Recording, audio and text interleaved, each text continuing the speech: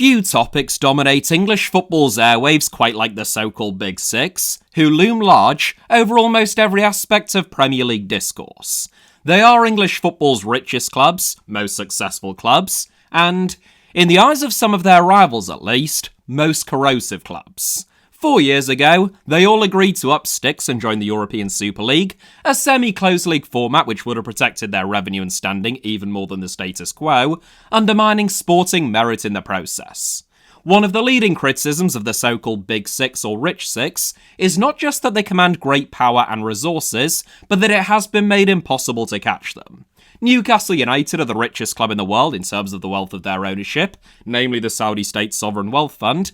Aston Villa's co-owners are both highly ambitious multi-billionaires, and Nottingham Forest chief Evangelos Marinakis will seemingly stop at nothing when it comes to furthering the interests of his club, or clubs. But all three of them, more so than almost anyone else, have felt hamstrung by profit and sustainability regulations, which they claim to have halted them at the crucial juncture in which they were finally rivaling the Premier League's established elite.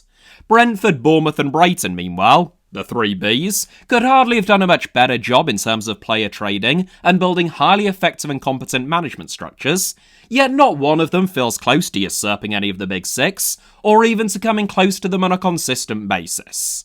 There is arguably no club that is better positioned, theoretically, to rival or join the so-called Big Six, thus making them a so-called Big Seven, than West Ham United. The Hammers are based in London, which affords them several inbuilt advantages over most other clubs. They have a massive stadium, a massive fan base, an iconic history and tradition, one of England's most historically productive and revered academies, and already existing huge revenue. It's a set of fundamentals which would be the envy of every single club outside of the Big Six.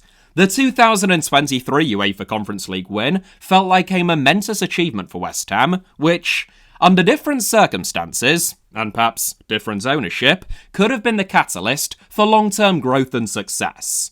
Instead, West Ham finished 14th last season, the club's supporters are in open revolt against their own owners, and the Hammers currently appear to be much closer to dropping into the Championship next season than breaking into or rivaling the Big Six. So where did it all go wrong, and why does it keep going wrong for West Ham? Well, it's a good question, and today we're going to attempt to answer it. So sit back, relax, and join me on a journey to what has been described as the most hated stadium in English football, as we take a look at West Ham's enormous, and indeed, almost unique untapped potential, how and why their owners keep squandering it, and whether there is a real risk that the Hammers could have the biggest stadium in the Sky Bet Championship next season. I should begin this video by fleshing out what I mean when I say that West Ham are probably the best placed team, in terms of their fundamentals, to break into the top six. Because there will be some people watching this who just flatly disagree with the premise and that assessment, and that's never a great place to start. The doubters would point, presumably, to West Ham's historic lack of success and average league standing. West Ham have never won a top-flight league title. Everton, Aston Villa and Newcastle, by contrast, who are perhaps the three leading clubs that most people would think of currently when it comes to penetrating the Big Six, have been crowned as the champions of England on 9, 7 and 4 occasions respectively. Even the likes of Sheffield Wednesday, Huddersfield Town and Blackburn Rovers have won 10 top-flight league titles between them. Meanwhile, Leicester City have won a Premier League title as recently as 2015-16, exactly 10 seasons ago. West Ham's average league position since joining the Football League in 1919, partly as a result of spending a combined 32 out of their 99 seasons in the Football League outside of the top flight, so approximately a third of them, is about 19th. That's above the likes of Leeds United and Wolves, but below both Sunderland and West Brom. In an all-time English football top-flight league table, combining both First Division and Premier League results, West Ham ranks 16th, just above Derby and Sheffield United, but just below Sheffield Wednesday and Bolton. Even restricted solely to the Premier League years, only 4 of which West Ham have spent outside of the top flight, the Hammers still only rank 10th, one place above Southampton. From almost any of those historic perspectives then, one could argue that West Ham's current status as a bottom-half Premier League team who the bookies expect to finish 6th from bottom this season, and who have finished 6th, 7th, 14th, 9th and 14th again over the last 5 seasons, is just about par for the course and exactly what one would expect. Move along now, there's really nothing to see here. In fact, throw in a European trophy, West Ham's first of note for 60 years, and you could even argue that the Hammers are punching somewhat above their weight recently, and this is a comparative golden age for the club. So why do I say that West Ham, theoretically, ought to be better placed to rival the Big Six than several other teams who have historically been much more successful than them? Well, I alluded to it in the introduction, but it's worth getting into the details.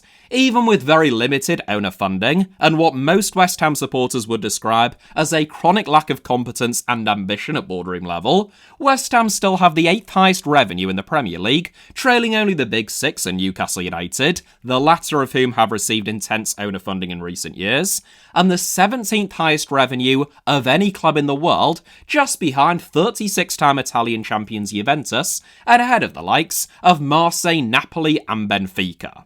West Ham had the second highest average attendances in the Premier League last season, trailing only Manchester United, but above their London rivals Arsenal, Chelsea and Spurs, and the 10th highest in the entirety of world football, above Ajax, Atletico Madrid and Juventus. It is worth emphasising, this is with an ownership that has injected just £153 million into the club since 2012, and £102 million of that, so exactly 2/3 of it, came during the two COVID-impacted seasons of 2020-21 and 2021-22, out of necessity, as the club looked to cope with cash flow problems. Everton, by contrast, whose revenue is just 2/3 of the size of West Ham's, received £750 million, that is £750 million, in owner funding during the 8 years that Farhad Moshiri owned the club. Not that it did them much good, mind you, but it's a similar tale at several clubs. Tony Bloom has put almost £400 million into Brighton, even following more than £100 million in repayments over the last 2 seasons.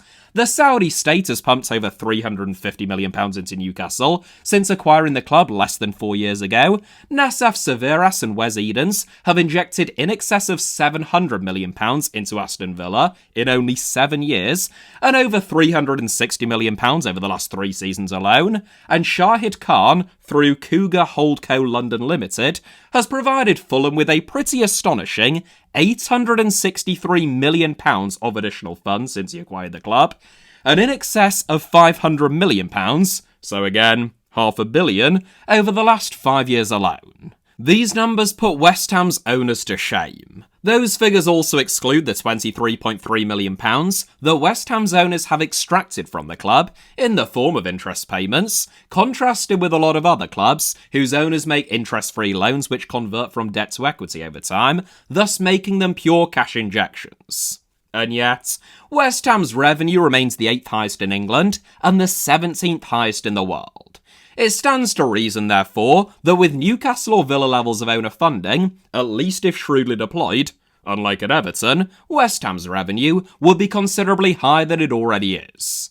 Newcastle's revenue has risen by over 80% since the last season before COVID, in 2018-19, and over 75% in the last 3 years. Meanwhile, Aston Villa's revenue has risen by over 400% since the last season before COVID, in which they were in the Championship, and over 50% over the last few years. West Ham's revenue, by contrast, has only risen by 41% since the last season before COVID, and a meagre 6.7% over the last 3 years. What's more, those are figures as of the 2023-24 season, for which we have the last set of fully published accounts. West Ham were in the Europa League and finished 9th in the 2023-24 season, whereas they weren't in any UEFA competitions and finished 14th last season. Meanwhile, Aston Villa were only in the Conference League in 23-24, but the Champions League last season, and Newcastle, though out of Europe, finished higher in the league, won the EFL Cup, and had significant revenue from player sales last season, meaning that the updated figures when last season's accounts are published will paint an even starker picture of stagnation for West Ham in relation to their peers. I also pointed out in the introduction that West Ham are based in London. I appreciate this may come as a shocking revelation. It might appear initially inconsequential, but the advantages bestowed by being located in not just England's capital, but a de facto worldwide global capital, which typically trades places with New York for top spot in global city indices most years, ought to be well established by this point. It's not just that London is a major population centre, and the largest city in England by a factor of almost 8, it's that it is a global hub when it comes to finance and expertise. Being located in London makes it easier to attract top talent, whether that be from players to backroom staff and executives, either because they want to live there or are already there, in addition to attracting investment and tourists, who are the most lucrative of all football fans due to their propensity to buy hospitality packages, arrive earlier on match days, and spend more on food, drink and merchandise. London also has a higher concentration of wealthy people than anywhere else in England. West Ham may, historically, be a club with a very working class fan base, located in the traditionally more deprived East End of London, but it's also very apparent that these days, the Hammers are attempting to attract rather a different type of clientele. West Ham's most expensive standard season tickets are the 4th most expensive in the Premier League, at almost twice the price of the most expensive ticket at last season's title winners Liverpool, and trailing only fellow London clubs Fulham, Tottenham and Arsenal. That's the fucking difference. Hey, we're in London, aren't we? Though the Hammers sell the cheapest adult season ticket in the Premier League at £345, that is only for Band 6 season tickets, of which there are only a small number available, at a hugely oversubscribed waiting list. The green on this stadium map of the London Stadium seating plan for reference includes both Band 5 and Band 6 seats at West Ham, the 2 cheapest categories. And if you have ever been to the London Stadium, then you probably know that the view from up there is only slightly worse than the view from the massive steel slide outside of the ground. Last year, the Hammers also announced plans to remove concessionary pricing for bands 1 to 4, that is everything except for the green, meaning that, for the vast majority of season ticket holders, children and pensioners would be forced to pay the same as adults, after already increasing prices for seniors, before being forced to U-turn the policy due to the backlash from supporters. Hospitality packages, meanwhile, can cost up to £1,500 for individual matches, and tens of thousands of pounds for the most expensive memberships, some of which require making a multi-year commitment. One could argue that London is a saturated market for super clubs. Half of the big 6 and 7 out of the 20 current Premier League teams are already in London, but West Ham are the only Premier League club in East London, which is the most populous of London's 4 quadrants, north, south, east and west, home to almost 3 million people. That's about 3 times as many as North London, which is home to not 1 but 2 super clubs, and whilst breaking down London's population and potential catchment areas like that isn't an exact science, West Ham's location has historically made them not just the most popular club in East London, well, maybe alongside Man United, but also in the neighbouring county of Essex, which is home to a further 2 million people, but doesn't have a football club that plays at a higher level than League 2 Colchester United. So I'm not convinced that London is saturated, at least not from a West Ham perspective, as is evidenced by their near constant sellouts and massively oversubscribed season ticket waiting list, in spite of near perpetual disappointment and increased disillusionment. It is worth noting that, despite having the second highest average attendances in the Premier League, West Ham have nowhere near the second highest matchday revenue. At £45 million in the club's last set of accounts, West Ham's matchday revenue has risen significantly since their last season at Upton Park, in which it stood at about £27 million, but that is still barely half of what Chelsea generate, despite averaging 20,000 fewer fans at their home games, and it is almost a third of what Arsenal rake in, with lower officially stated attendances than the Hammers. What's more, yet again, those are based on 2023-24 figures, in which West Ham played 5 additional home games in the Europa League, compared to none in 2024-25, which will likely result in lower matchday and overall revenue in the club's next set of accounts. In short then, there is enormous untapped potential at West Ham. If the Hammers had increased their revenue over the last 5 years just in line with Brighton, it would be £297 million now. Had they increased it in line with Newcastle, it would be £347 million. And had they increased it in line with Aston Villa during that time, in percentage terms, it would be over £970 million. pounds. That last figure is a little bit disingenuous, as Aston Villa were in the Championship 5 years ago, and £970 million would give West Ham the highest revenue in all of world football, just above Real Madrid, but you get the general idea. Even an increase in line with Newcastle's, which has been brought about through a combination of intense owner funding and a renewed sense of ambition, would see West Ham leapfrog AC Milan, Inter Milan and Newcastle themselves, as the club with the 13th highest revenue in world football, putting them much closer to the Big Six, and that has been achieved by Newcastle without any of the inbuilt advantages enjoyed by West Ham that we've already discussed. It's also worth noting that Newcastle haven't won a top-flight league title in almost 100 years, they hadn't won a major trophy of any description for 70 years until last season, and they have been relegated to the Championship more recently than West Ham. I just don't think that West Ham's historic lack of success is as relevant to their potential superclub credentials or growth opportunities therefore, as all of the factors like their fan base, attendances, geography, and marketing potential. West Ham's history also may not be trophy-laden, but it is still iconic, distinct, and among the most marketable, both domestically and internationally, in the English game. Alright. Hopefully we are now all on the same page, at which point the question becomes, why aren't West Ham breathing down the necks of the Big Six, and why do they appear to have entered into a state of stagnation off the pitch and deterioration on it? The most obvious starting point is the club's owners. There are typically two types of successful owners in English football, those who are extremely competent, and those who are extremely rich and willing to spend.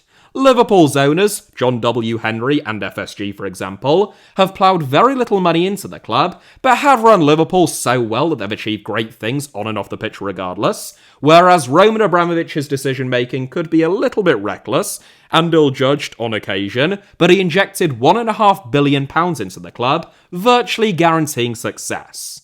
The most successful club in English football over the last 10 years, meanwhile, has managed to combine both vast spending and a high degree of competence, with a little bit of alleged rule-breaking thrown in for good measure.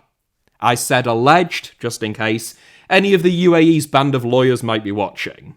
If Manchester City have the dream combination then, it could be argued that West Ham have the nightmare. Since the late David Gold and the currently still very much alive David Sullivan bought the Hammers in January 2010, they've not only injected very little money into the club, compared to most of their peers, while extracting over £20 million in interest payments, and reportedly paying Vice Chairman Karen Brady in excess of £15 million, they've also made a series of dubious decisions, exhibiting questionable judgment on multiple occasions. Their first appointment, for example, was Avram Grant. I mean, I could just stop there, but I will add that they were relegated in Grant's, and by extension, Golden Sullivan's first full season in charge of the club, before bringing Sam Allardyce to try and turn the club around. Allardyce succeeded, in terms of fulfilling his remit and winning promotion, albeit he could only do it via the playoffs, beating Blackpool 2-1 at the death in the playoff final, with by far the biggest budget in the division, but Big Sam successfully stabilised West Ham in the Premier League. In many ways, however, Avram Grant, Sam Allardyce and Slavan Bilic, who were the first three managers appointed by Sullivan and Gold, sum up the cycle that West Ham have found themselves in throughout their ownership. It's a big mistake, usually as a result of trying to cut corners and cut costs. It is someone who goes back to basics and grinds out results, cleaning up the mess, before hitting a wall or ceiling in terms of how far they can take the club. And then it's a more ambitious appointment, with little to no long-term planning, and as soon as the first cracks start to appear, West Ham hit the panic button and revert to the mean, appointing another safe pair of hands who'll keep them in the Premier League. It's not exactly outright disastrous. There are certainly worse-run clubs, and clubs in far greater immediate peril or turmoil. It's just all very uninspiring, ill-thought-out, and absent of any kind of meaningful vision.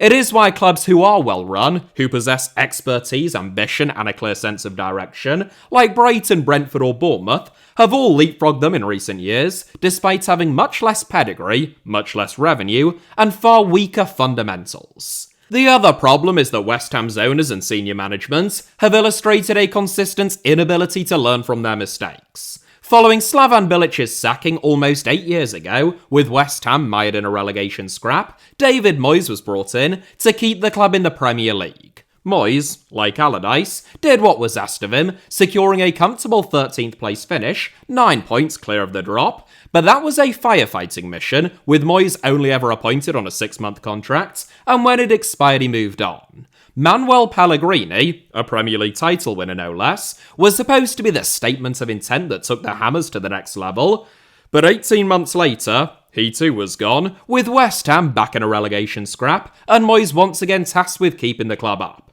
Yet again, Moyes did what was asked of him, with a late season rally seeing West Ham survive by 5 points. This time, Moyes was rewarded with an 18-month contract, and he ended up sticking around for 4.5 years, until, sure enough, following the high of winning the Conference League, the perceived quality, or lack thereof, of Moyes' football became a salient issue once again. At the same time as West Ham's form deteriorated, the team fell from the European places earlier in the season to finishing 9th, and accusations of stagnation and a sense of malcontent among supporters intensified. So Moyes departed at the end of the season before last, and he was replaced by Julian Lopetegui. This was a very West Ham appointment.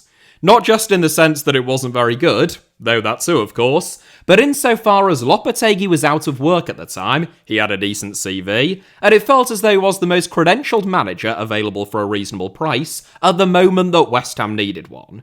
It's not that Lopetegui is necessarily a terrible manager, though some people will say that he is, it's that he never appeared to be part of any kind of coherent plan at West Ham.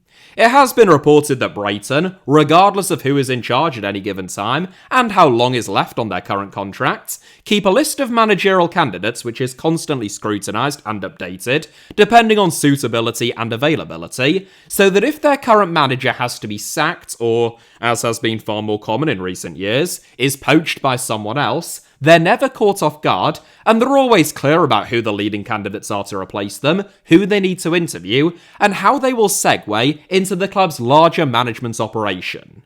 It's not an exact science, you never fully know how someone will perform in a certain role or how they'll work alongside other people, but Brighton do as much as they can. That is why they acted fast to appoint Graham Potter from Championship Swansea, despite the fact that Chris Hughton had just kept them up. It's why they appointed Roberto De Zerbi within 10 days of Potter joining Chelsea for the highest managerial compensation fee in the history of the sport. And it is why when De Zerbi joined the evil empire at Marseille, Brighton didn't hesitate in making 31-year-old German Fabian Hürzeler the youngest permanent Premier League head coach of all time.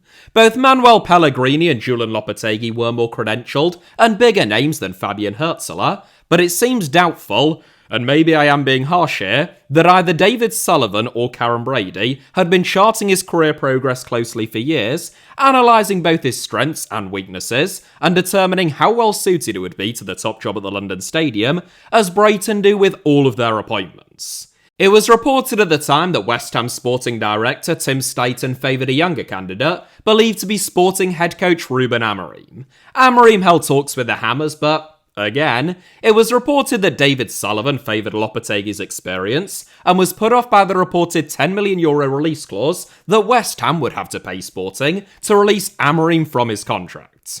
It seems absurd that the 17th richest club in the world would balk at the prospect of spending 3% of their annual revenue on a head coach, but was happy to pay Aston Villa a potential £15 million for a 31-year-old Danny Ings, plus a reported £16 million in wages over the next 2.5 years, but this is, if you like, peak David Sullivan. He's managed Spain and Real Madrid, he's available for nothing, so why would I spend €10 million on some young Portuguese upstart that I've never heard of? Hey, maybe he was still just upset about Sporting's president calling him and David Gold, and I quote, the Dildo Brothers back in 2017, and didn't want to give them the satisfaction.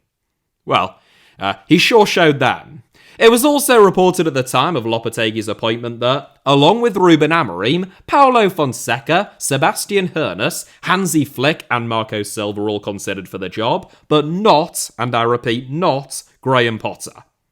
Sure enough then, 6 months later, when Lopetegui was inevitably sacked with West Ham languishing in 14th, who did they appoint? That's right, Graham Potter. I mean, why the bloody hell not? He's available on a free, he's managed in the Premier League before, and there must be a reason why Chelsea forked out £21 million for him. There's a lot of discourse among West Ham fans around David Moyes, and for obvious reasons. Moyes divided opinion among Hammers supporters, some of whom felt that he had done the best job that anyone could do under the circumstances handed to him, as well as winning a Conference League crown and as good as guaranteeing Premier League survival at a bare minimum each season. Meanwhile, others felt that, regardless of how they would assess the job that he had done up to that point, he had taken the club as far as he possibly could, there were clear signs of regression, and change was required. Ultimately, though, it is a bit of a moot point. Many of the criticisms and compliments that Moyes was paid during his time at West Ham are equally valid. It is true, for example, that finishing 7th in the 2020-21 season with the players at his disposal, and winning the Conference League the following season, was a highly creditable achievement, to put it mildly. It's also true that West Ham had regressed, at least somewhat since then, and that Moyes was at the very least complicit in failing to adequately refresh and update an ageing squad. West Ham had the second oldest average age of any team in the Premier League last season, only a month behind the league's oldest club Fulham, and over 3 years older than either of Graham Potter's two former clubs, Chelsea and Brighton. Again, this is something that other teams monitor and look to address in real time, allowing them to gradually integrate young players and maintain a healthy squad composition, but it felt as though it just sort of snuck up on West Ham and dawned on them this summer, prompting them to promote a bunch of youth players and sign a few younger ones. Maybe that is being harsh, maybe West Ham were perfectly aware of all of these issues. It's not as though the club doesn't employ a whole team of analysts and scouts, but that begs the equally, if not even more worrying question of why, if they knew about it, didn't they do anything about it? Squad planning and recruitment being a problem at West Ham is a tale as old as some of their players. Despite a relative lack of owner funding, it isn't even the case that West Ham have been totally ham-fisted in the transfer market. Both since Gold and Sullivan arrived over 15 years ago and over the last 5 seasons, including this one, West Ham have the 8th highest net spend in the Premier League, trailing, on both fronts, only the Big Six and Newcastle United, with over £1 billion of expenditure at a £563 million net spend since 2010, and £555 million of expenditure at a £288 million net spend over the last 5 seasons alone. For context, West Ham's net spend over the last 5 years is within £40 million of both Liverpool and Manchester City's. That's partly because those two are very good sellers, and West Ham are comparatively poor sellers, with Declan Rice accounting for over a third of all of their profit from player sales over the last 5 seasons. But the bigger story is that West Ham's recruitment has just been abysmal. Sebastian Haller, West Ham's club record signing at £45 million, who scored 10 goals in 48 Premier League games before being sold to Ajax for less than half of what the Hammers had paid for him after just 18 months, cost more than Liverpool paid for forwards Sadio Mane, Mohamed Salah, Diogo Jota, Luis Diaz or Cody Gakpo, each, not combined of course, and more than Man City paid for any of Leroy Sané, Savinho or Ryan Cherki. Heck, even Erling Haaland, in terms solely of his transfer fee, only cost £6 million more than Haller, but he had already exceeded the Ivorian's Premier League goals tally after 8 games. Maximilian Kilman, likewise, set West Ham back an eye-watering £40 million from Wolves, which is more than double Joel Matip and Manuel Akanji's transfer fees combined. In fairness, Matip was signed on a free, but again, you get the idea. West Ham's recruitment has been consistently inconsistent, disjointed, and lacking in any kind of broader framework or long-term strategy, like everything else at the club. Head coaches have at times functioned more like old-school managers, allowed to bring in former players or exercise significant sway over recruitment decisions. Short-lived sporting directors have been allowed to pick out a couple of targets of their own, and then David Sullivan and Karen Brady have reportedly done deals or made executive decisions to sign players, calling upon their wealth of knowledge and expertise within the game, selling adult movies, and appearing on The Apprentice. The result is a jumbled mess, whereby some players are signed for West Ham's back-to-basics managers like Moyes, who often struggle to adapt to supposedly more ambitious and expansive managers and tactics under the likes of Pellegrini or Potter. Some players are signed for West Ham's more ambitious and expansive managers, like Pellegrini or Potter, who often struggle when the back-to-basics managers like Moyes are inevitably brought in to save the day and grind out results. And then there are a whole load of mishmash arrivals who are signed for no one and everyone, no one and everything, and who typically do very little. In November 2021, Czech billionaire Daniel Kretinsky and his colleague Pavel Orski acquired a 27% minority stake in West Ham for between 180 and 200 million pounds, becoming the second largest shareholders at the club and both becoming directors. Kretinsky, who is also the co-owner and president of Sparta Prague, is known for taking a hands-off approach with most of the companies that he owns, which includes Britain's formerly state-owned postal service and couriers, the Royal Mail, the majority of which was privatised in 2013. Let's not get into it. Presumably, Kretinsky must have felt the need to intervene at West Ham though, as he is reported to have been the driving force behind the appointment of Tim Staten as a technical director in 2023. Staten had previously served as a sporting director and director of football at Werder Bremen, and as both a head of scouting and a sports coordinator at Bayer Leverkusen, and the intent, seemingly, was to bring in someone with genuine expertise within the game to provide West Ham with a consistent strategy between managers, especially in terms of recruitment. It is highly unusual, it should be said, for clubs not to have someone who occupies that role, implementing some degree of stability and coherent strategy and identity across multiple coaches. Otherwise you end up like West Ham. It was telling, however, that Staten was appointed as a technical director and not as a more authoritative director of football, which is a role that remains conspicuously absent at West Ham, and it wasn't just in terms of Moyes' replacement and paying Ruben Amorim's compensation fee that he was undermined or overruled. All directors of football have to report to a board, but Staten, despite being advocated for by Kretinsky, was little more than a glorified head scout, and he was ousted shortly after Potter's appointment. Again, tellingly, his de facto successor, Carl Macaulay, has been given the title of head scout, though he's not the only head scout at West Ham now, which I think technically makes them head scouts. Only 39 years old, Macaulay assisted Potter with the recruitment at Östersund, Swansea, Brighton, and, for the short time that he was there, Chelsea. What that means, in reality, or at least what it would be reasonable to assume that means, is that Potter, as with previous West Ham managers, will have significant sway over recruitment in tandem with Sullivan and Brady. I mean, what could possibly go wrong? West Ham might not have been as miserly as some people imagine when it comes to transfers, but they still have a relatively low wage bill.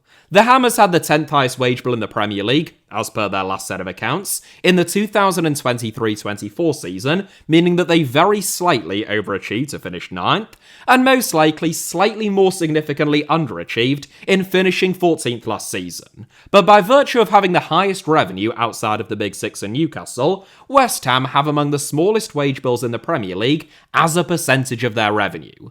At just 60%, West Ham reinvest a smaller proportion of their revenue on wages than Liverpool, and less than only the 5 other clubs who make up the Big Six, and a couple of newly promoted teams, both of whom went straight back down. Newcastle, by comparison, spend 68% of their turnover on wages, Nottingham Forest 88%, and Aston Villa a division-high 91%, as per their last set of accounts. That's not a bad thing per se, arguably it's a positive, and you would rather spend 60 than 90% of your revenue on wages if you could achieve the same or better results, but it makes Karen Brady's repeated claims that West Ham's inactivity in the transfer market, or need to sell players, is motivated by PSR concerns, more than a little disingenuous. In actual fact, few clubs have more room to manoeuvre, or more room to sustain losses than West Ham, following a £51 million profit over the last 3 years, and £103 million after allowable deductions. Theoretically, therefore, West Ham could lose up to £208 million in their next set of accounts without falling foul of any regulations, which would be the heaviest single-season loss in the entire history of the Premier League. But yeah, apparently they need to buy to sell. I mean, just you wait until the Edson Alvarez loan fee comes in, West Ham are going to be cooking. If you wanted to be extremely kind to the West Ham ownership, and there really is no reason why you should, you could make the case that the only playbook to becoming Big Six constituents, without wildly distortive multi-billion pound investment from oligarchs or nation-states, strategies which have themselves been rendered much more difficult by PSR, is the one established by Tottenham under Daniel Levy, who was also often accused of lacking in ambition, and still is, gradually increased revenue over time, and moved the club into a big, shiny new stadium.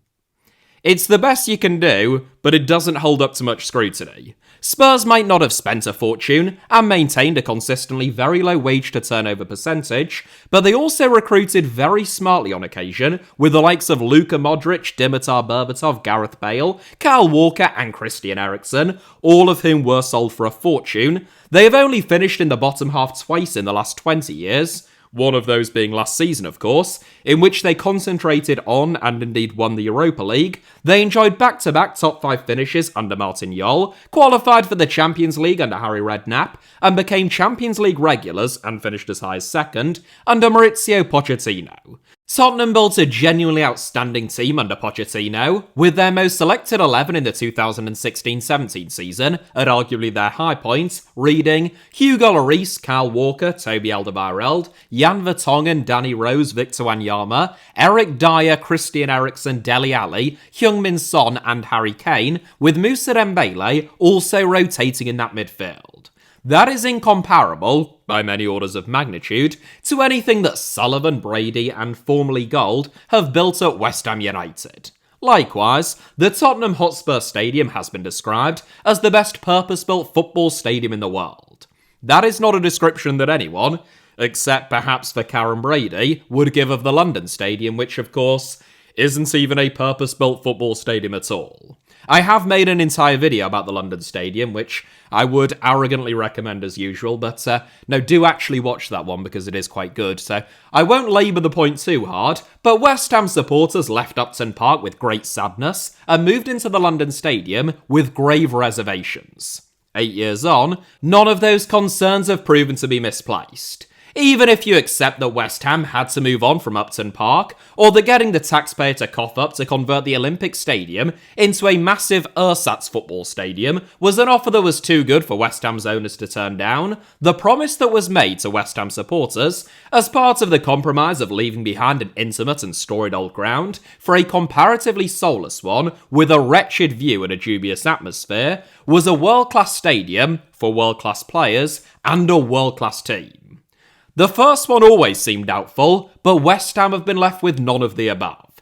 Instead, they have a botched job of a converted athletic stadium which they don't own, a tired squad in need of major surgery, with long-standing issues, especially in central midfield and up front, still yet to be addressed, and a team that just finished 14th, lost the opening game of this season 3-0 against a newly promoted club, and looks to be at a not significant risk of getting relegated this season. I suppose that wouldn't have convinced many people on the stadium move, if that's what they'd promised though. There is still hope for West Ham. It's just the hope is that there will be 3 teams worse than them this season, any 3 of the promoted clubs, Brentford, Wolves and Everton, likely to be the primary targets, and that, at some point, they will see a significant and positive change of their ownership composition and executive structure.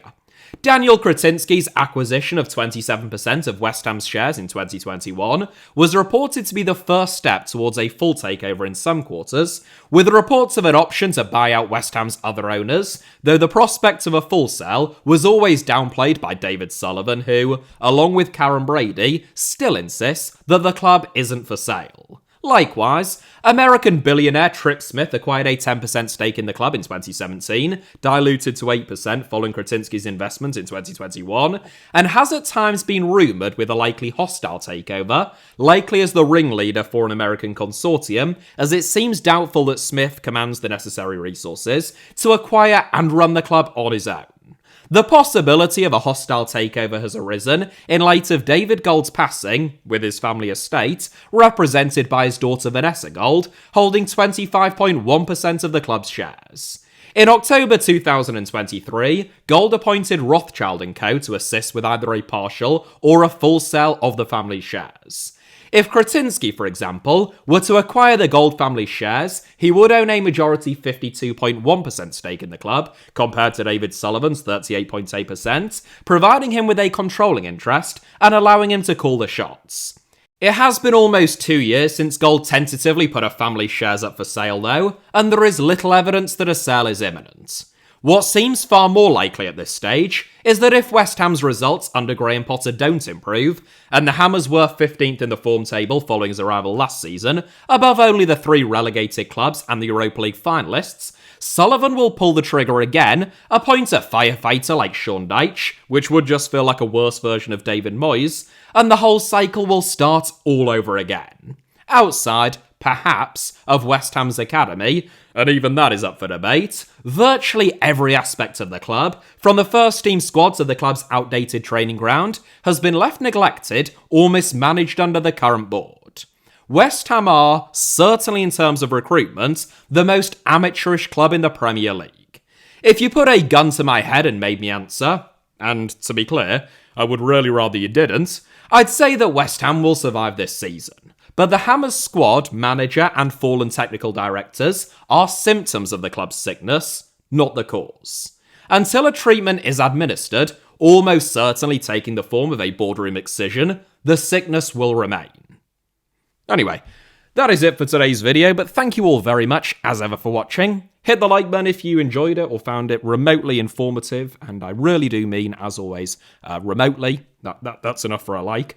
Let me know your thoughts down below in the comments, and of course, make sure that you are subscribed, and have notifications turned on not just for this channel, HITC Sevens, but also my second channel, Alfie Potts Armour, both of which should be about to appear on your screens now, along with a couple of videos that you might enjoy watching after this one.